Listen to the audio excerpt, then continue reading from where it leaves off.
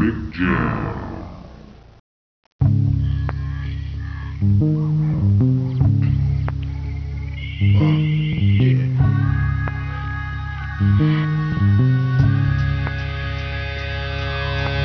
Why does it feel like night today? Something in here's not right today.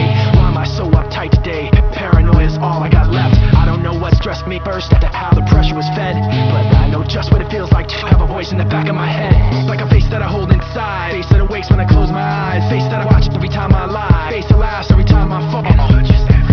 So I know that when it's time to sink or swim, that the face inside is hearing me right underneath my skin. It's like a paranoid looking over my back. It's like a whirlwind inside of my head. It's like I can't stop, but I'm hearing within. It's like the face inside is right beneath my skin.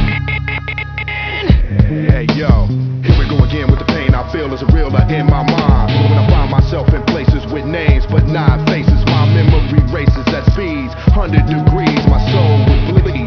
Devil must have planted the seed. Now it feels like my back's against the wall. I'm taking the fall. Whenever I call, nobody's responding at all. But I don't know who I can trust. They screaming my name. I need somebody to help me out of the flame. All I'm trying to do is just master me.